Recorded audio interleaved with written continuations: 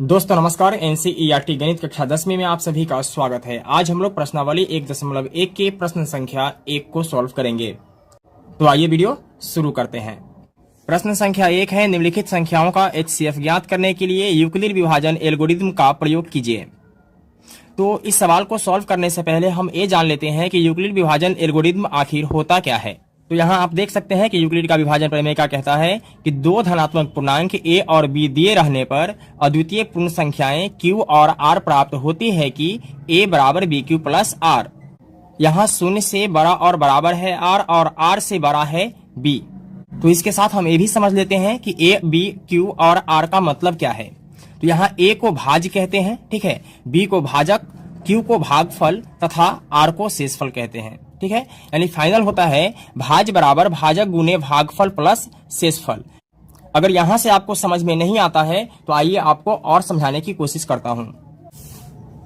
देखिए, जिस संख्या में हम भाग देते हैं उसे भाज्य कहते हैं, ठीक है, यहां इसे a कहा गया है। और जिससे हम भाग देते हैं उसको भाजक कहते हैं, यहां इसे b कहा गया है। भागफल जो होता है उसे हम q कहते हैं और शेषफल को r कहते हैं, ठीक है। तो फाइनल इस सवाल में हमें क्या करना है कि भाग बनाना है और उसको क्या करना है कि भाज्य बराबर भाजक गुने भागफल प्लस शेष के रूप में लिख देना है। यही क्या हो जाता है कि यूक्लिड विभाजन प्रमेय का हो जाता है। तो आइए सवाल को सॉल्व करते हैं। यहां हमें लिखना है चूंकि 225 बड़ा है 135 से, ठीक है। इसके बाद क्या करना है कि 225 में 135 से भाग देना है, ठीक है। भाग देकर और उसे हमें लिखना है इसके रूप में।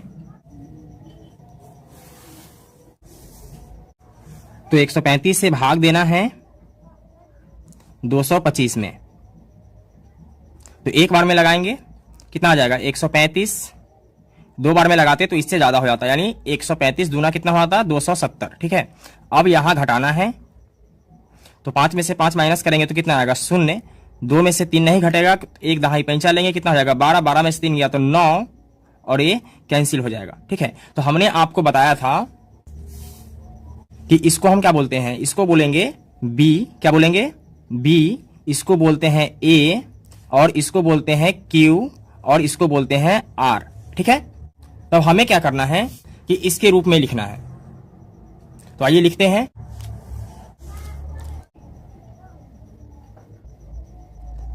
चरण 1, ठीक है। तो चरण 1 में लिखना है कि 225 यानी a का जो मान है वो क्या है 225 है, ठीक है, बराबर b का मान कितना है, तो b का मान है 135। तो लिखेंगे 135 गुने q का मान कितना है तो 1 है, तो लिखेंगे 1 प्लस r का मान कितना है 90, तो लिखेंगे 90, ठीक है। लिखेंगे चूंकि शेषफल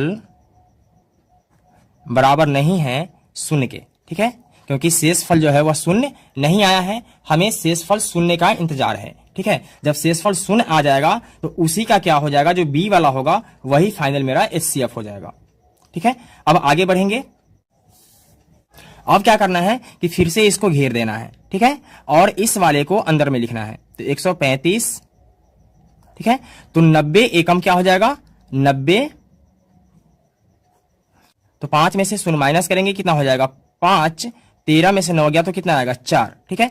अब यहां क्या हो जाएगा कि इस वाले को छोड़कर चलेंगे, अब यहां से हमें देखना है, ठीक है। तो a वाला मेरा हो जाएगा b, a वाला हो जाएगा a वाला हो जाएगा q और a वाला हो जाएगा r, ठीक है। और फिर हमें चरण 2 के लिए लिखना है। चरण 2, ठीक है।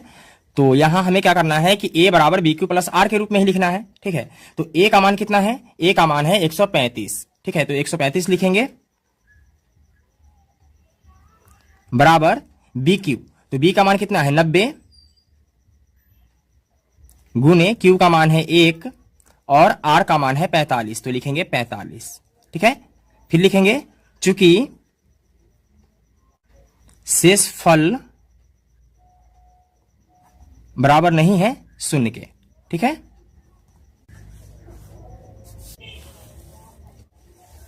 फिर आगे बढ़ेंगे और इसको घेरेंगे, ठीक है। अब इस वाले 90 को यहां लिखेंगे। तो 45 दूनी 90, ठीक है। यहाँ शेष क्या हो जाता है, शून्य में से शून्य घटेगा तो कितना बचेगा, शून्य, और 9 में से 9 घटेगा तो क्या बचेगा, शून्य। ठीक है, तो फिर यहां हमें क्या करना है कि इस वाले को क्या मानना है, बी मानना है, इसको ए, इसको क्यू और इसको आर।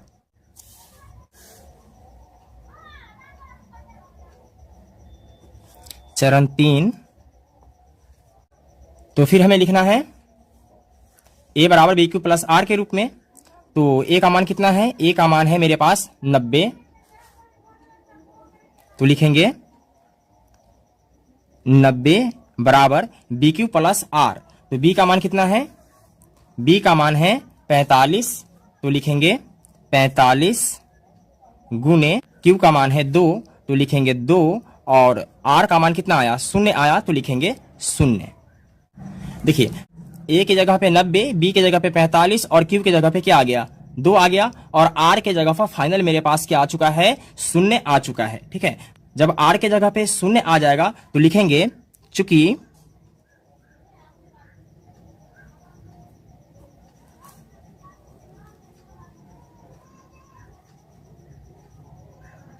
शेषफल 0 प्राप्त हो गया, 0 प्राप्त हो गया, और इस चरण का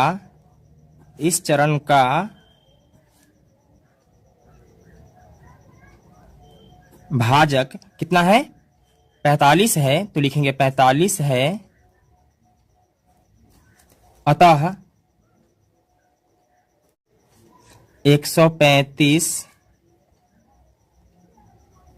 और 225 का महत्तम समावर्तक यानी HCF कितना है, 45 है। ठीक है, यही मेरा फाइनल क्या हो जाएगा, आंसर हो जाएगा। तो दोस्तों मैं उम्मीद करता हूं कि आपको ये वीडियो पसंद आया होगा।